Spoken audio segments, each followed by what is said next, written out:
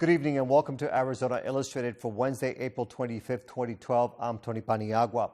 We will go to our in-depth story in just a minute, but we begin with an update on a case that has been attracting national attention. It involves missing 6-year-old Isabel Celis. Today, her parents spoke for the first time since their daughter was reported missing 5 days ago. We are cooperating to the fullest extent with the investigation. We are increasing the reward. Just please, to the person or persons who have Isabel, tell us your demands. Tell us what you want. We will do anything for her. We're looking for you, Isa.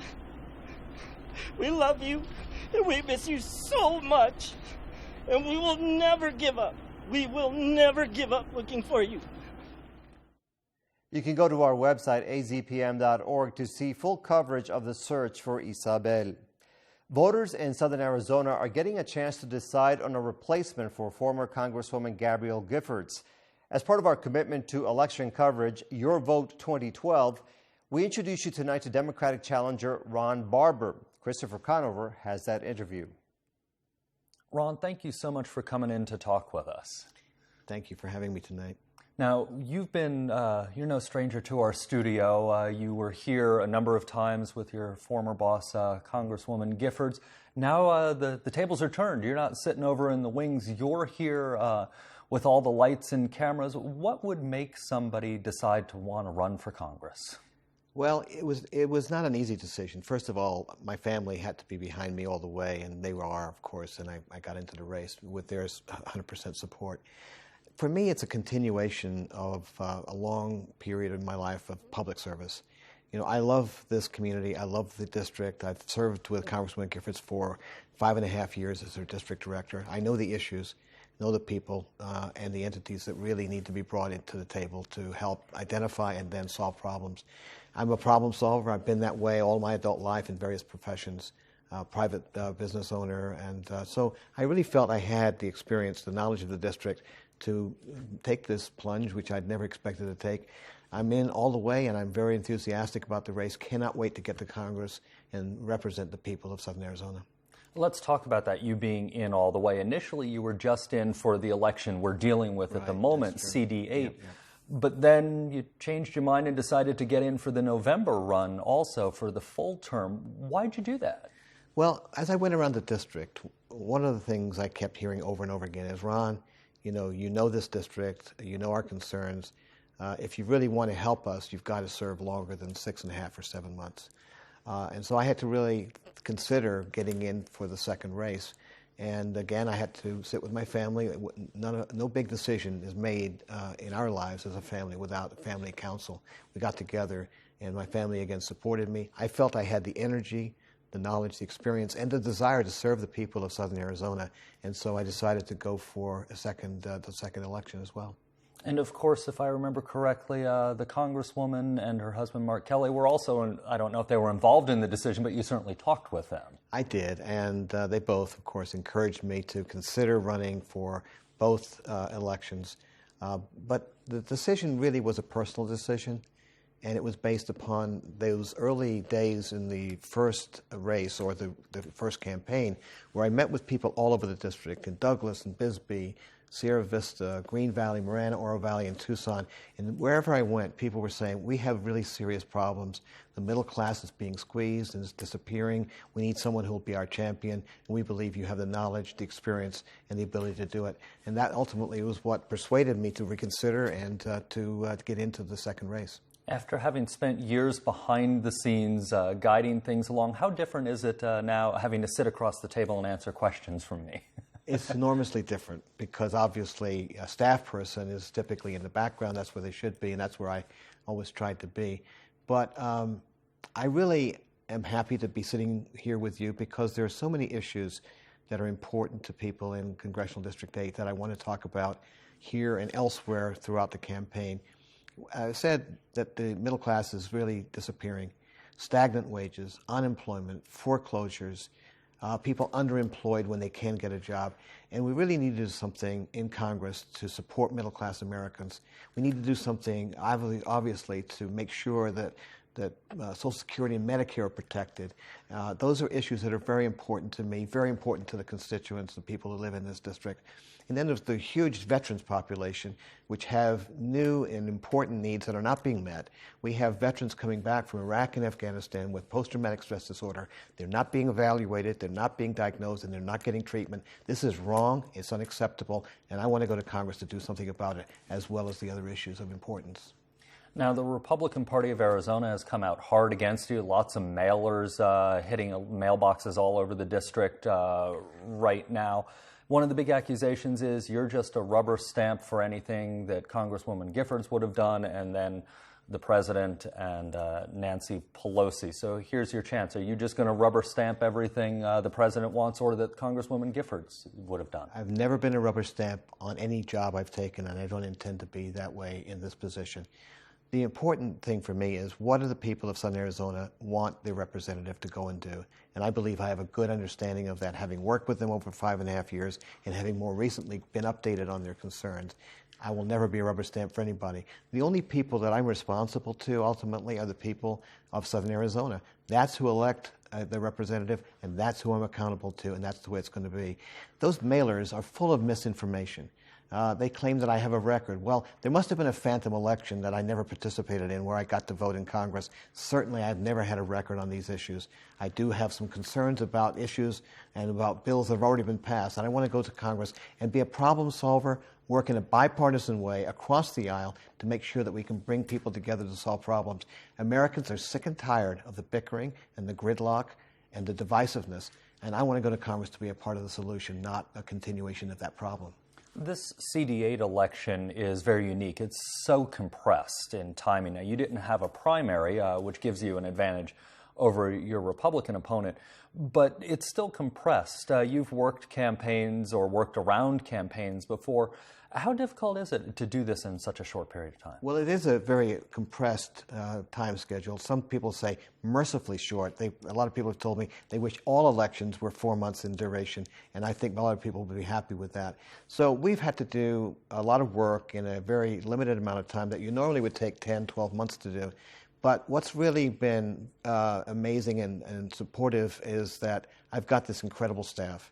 I've got people who are experienced in the district. They're experienced in campaigning. But then beyond that, and this is the part that really makes me very excited to serve the people of Southern Arizona, we have over 850 volunteers, people who have showed up to help us touch voters in contacts at their home, on the phone, stuff envelopes, do all the things that campaigns require.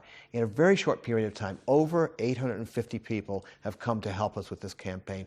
That tells me that we've touched a nerve. We have grassroots support, not only in terms of the volunteers, but we have over 3,200 people who have contributed to the campaign. Small donations in large part, $10, $15, $20. When people put that kind of money into an election, it really means they're invested. And I'm looking forward to representing those people and all of the people of Southern Arizona, regardless of whether they vote for me or not. Now, assuming you win for a moment and you become the congressman from Congressional District 8, you're up there for such a short time and Congress will go into recess. Is there anything you're hoping to get done in that 6 months, or is it really just a matter of getting up there? Well, the day I step onto the floor of the Congress and I'm sworn in is the day that I start my work in Congress, in the body, to look out for people from Southern Arizona.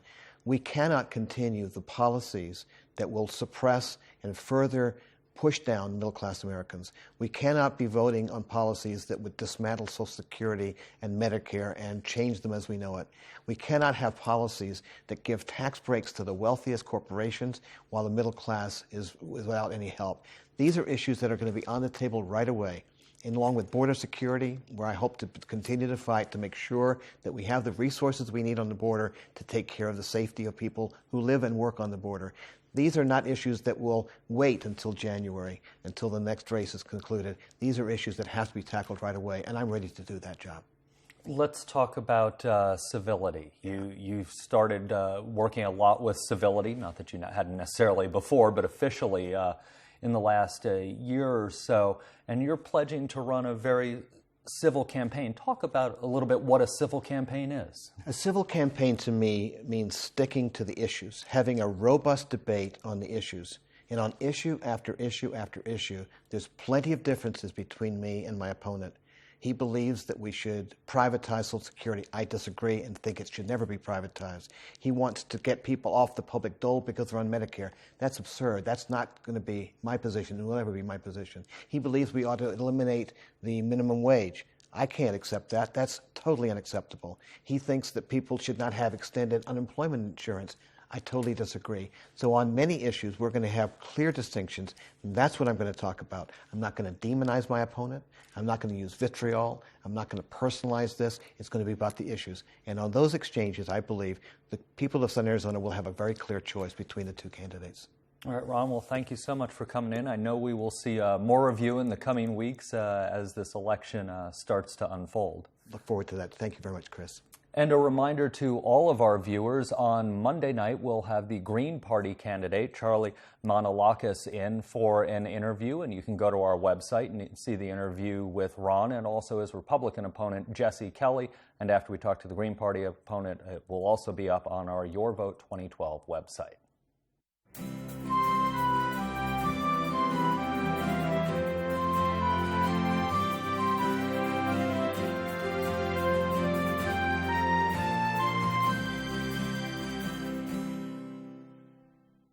Members of the Civic Orchestra of Tucson are getting ready for a couple of concerts in the next week, which you will be able to enjoy in 2 different cities. The group has dozens of volunteers, and following this interview from Caitlin Harrington, we'll be joined by a musician who plays the violin. Joining me in the studio today is Alicia Nichols. She is the general manager with the Tucson Civic Orchestra. And I also have Herschel Kreloff, the artistic director of the Civic Orchestra of Tucson. Thank you for joining me. Thank you. Thanks. Herschel, I have you both here to talk about some upcoming events with the Civic Orchestra of Tucson. The first event is going to be April 29th. Can you tell our audience a little bit about what will be going on then? Well, that's a concert out at Quail Creek, a retirement community south of Tucson, and it's a sort of a pops concert. There will be tables set up in front of where the orchestra plays, 10 people on the table, and additional seats beyond that. And the music is going to be largely pops music, including some big band arrangements and some Broadway-type music, and also some very beautiful Spanish pieces. But one of the real highlights of this concert is going to be the performances of 2 of our soloists. And the soloists are winners of our Young Artist Competition, which we've done every year for the last 29 years. One of them is playing a movement from the Grieg Piano Concerto, one of the winners.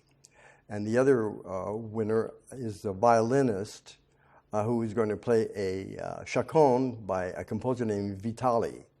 And it's a kind of a piece that it continues on a straight trajectory with a bass line that goes on for 8 measures, and then it repeats and repeats and repeats, and each repeat is added to with the voices above it and the solo voice. It builds up to a tremendous climax, and it's a marvelous piece that I had never heard of until this boy performed it at the Young Artist Competition.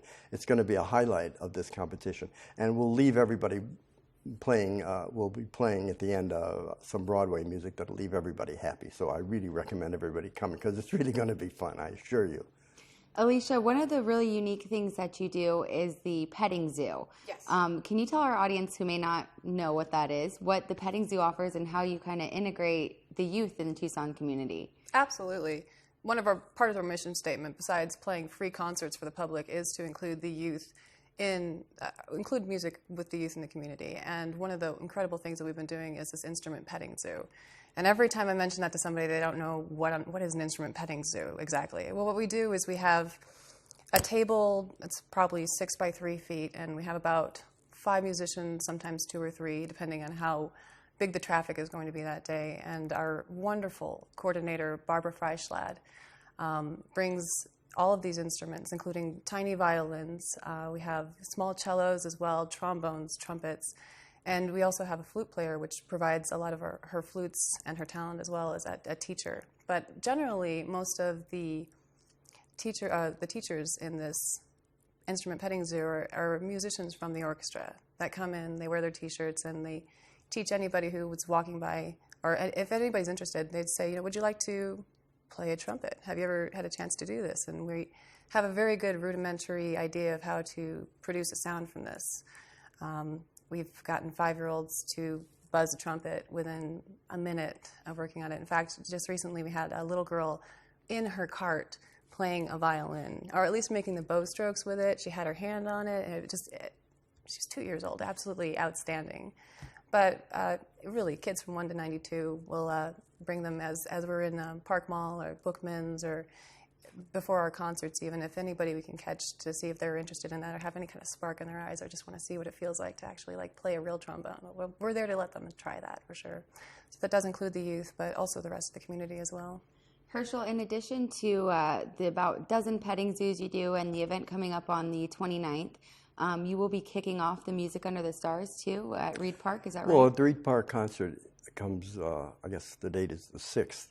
After that point, the Tucson Pops Orchestra takes over, and they have a series of concerts there. So it's this. I think ours is probably the first concert of the summer in Reed Park, the first concert of that type. We just give the one concert in Reed Park, but then subsequently there are numerous concerts that take place, including Pops Orchestra concerts. I think there's a series of 4 of those. Alicia, you are one of the many volunteers for the Civic Orchestra, and we were talking prior to this interview. What do you get out of being a volunteer for the Civic Orchestra of Tucson? I wish I knew the orchestra existed when I was a kid. I've been in Tucson since I was 2 years old. And I've been a musician in Tucson as well, youth orchestras and large orchestras. But had I known that I could play in the Civic Orchestra of Tucson when I was in college here, and just when I came back, I would have been playing it immediately because, again, we play free concerts for the public.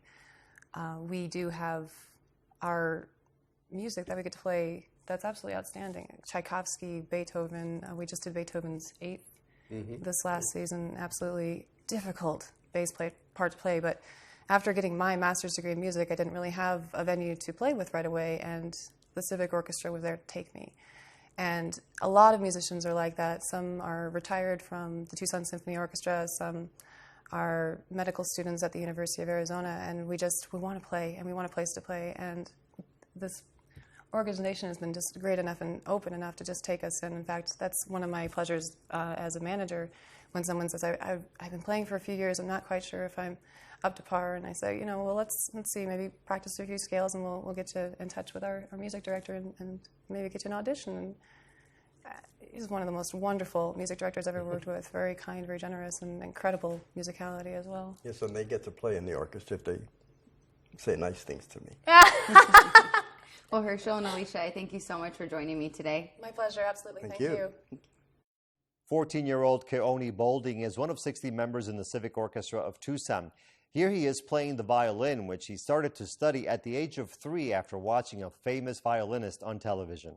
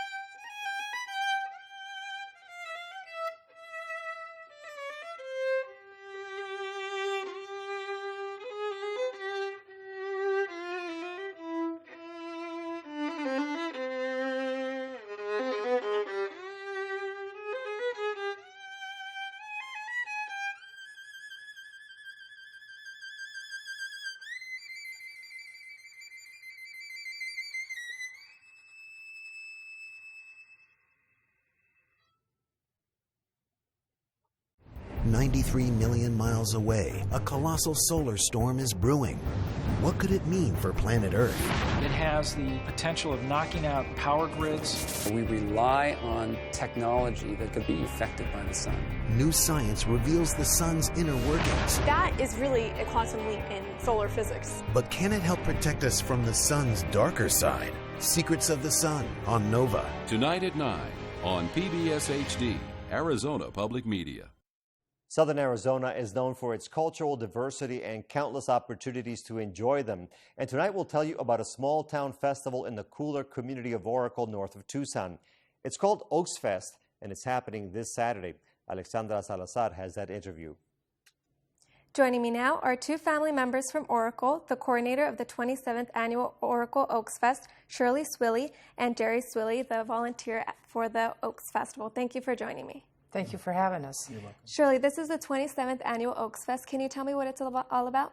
Well, we're all excited about it this year because we have, to start with our parade, we have the Brotherhood Veterans, which is a motorcycle group here with about 60 motorcycles that's coming in to the parade. After that, we have our car show that's coming in the parade, and these cars that are there in their 30s, 40s, 50s, and 60s. And then they also will be in the parade, and then from there they go over to our courthouse. After the car show, we will have the parade with. There's a lot of politicians this year, as you know. It's the year for elections. So, but we have a lot of horses that's going to be in there. There's some floats, and we're just excited about it. And Jerry can explain to you a little bit about the booths. We have the booths, and go ahead, Jerry. Yeah, with the booths this year, we have about 40 booths that are set up.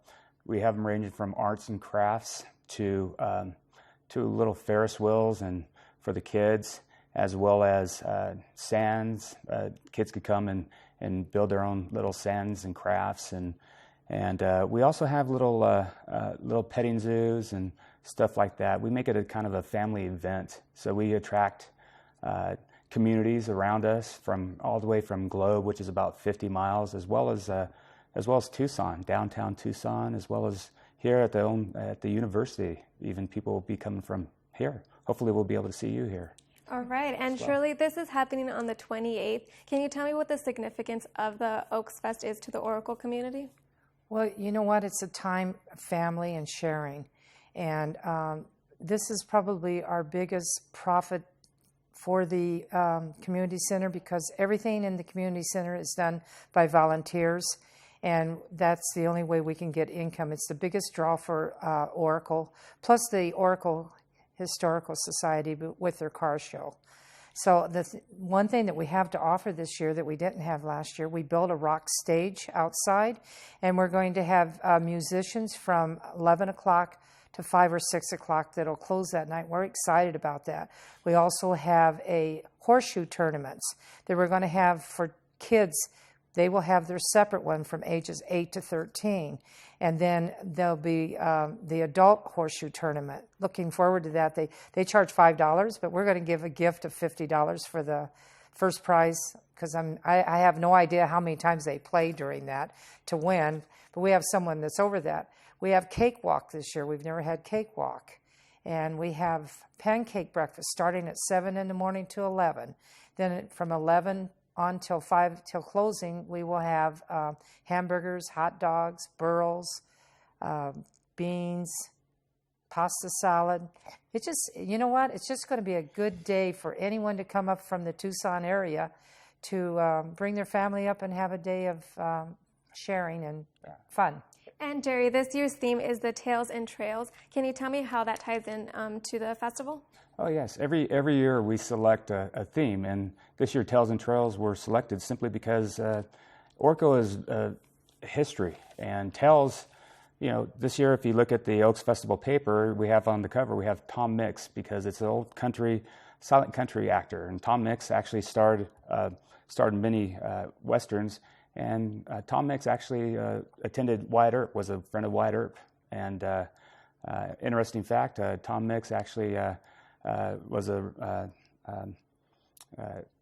lived in Florence and actually died a freak accident in his car. A suitcase actually he wrecked in a goalie, and a suitcase actually flung up and hit him in the back of the head. So that's a tell. And Oracle is actually part of, has so many trails. Arizona Trail actually goes down all the way down to Mexico. So this year's theme actually fits great.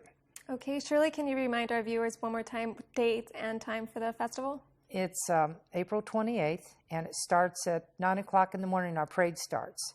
And then after that, go shop in the booths, eat breakfast, eat lunch, have a good day with entertainment. We have all kinds of entertainment going on, and we're just real excited and hoping that Tucson will join us this year. Okay, thank you very much for joining me. You're quite welcome. Thank you for having us.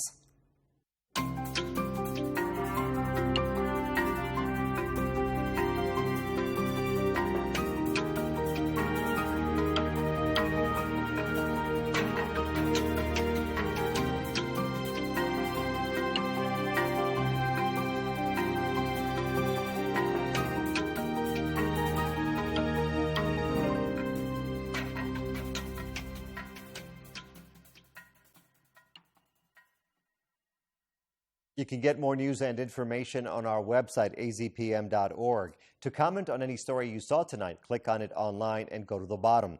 We can also be reached via Facebook and Twitter.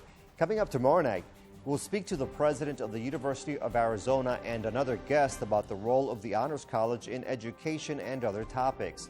Also, cancer survivors and other residents are getting ready for an event that raises funds for other patients. I'm Tony Paniagua from all of us at Arizona Public Media. Have a great night.